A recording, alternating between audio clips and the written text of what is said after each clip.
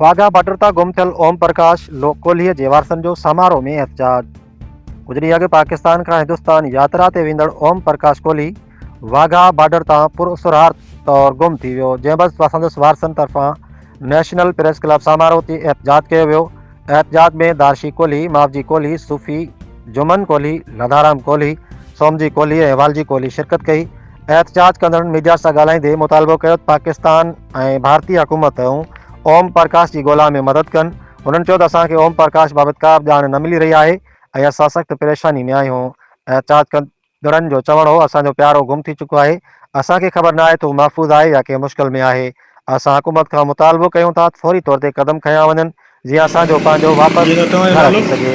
वज़ीर आज़म पाकिस्तान परॾेही वज़ारत में इन लाॻापियल इख्तियारनि खां मुतालबो कयो आहे तो भारतीय इख्तियारनि सां राब्तो करे ओम प्रकाश कोहली खे बाज़ाब करण लाइ कोशिशूं तेज़ कनि। एहतजाज दौरान मुज़ाहिरीन सख़्तु नारेबाज़ी कंदे चयो, जेकर संदनि चारो जल्द न मिलियो त एहतजाज जो दाइरो वधायो वेंदो। रिपोर्ट करे रहियो आहे डॉक्टर रेमलाल बाजारी, 24 घंटे अवरोध। को बि ॾस पतो कोन पियो आहे ऐं हाणे इख़्तियारनि सां घुर कंदुसि त ओम प्रकाश खे बाज़ाबात करायो वञे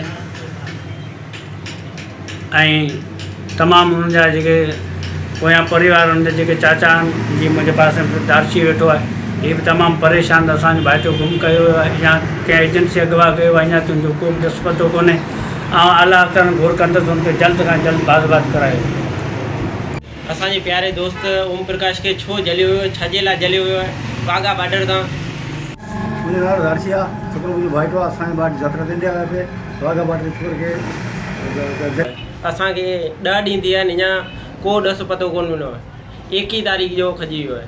असां वियासीं वे असां रिसोर्ट इंडिया गंगा तीर्थ यात्रा ते। असांखे आला इख्तियारनि खे इहो गुज़ारिश आहे त असांजे भाउ खे जल्द खां जल्द बाज़ाब करायो वञे।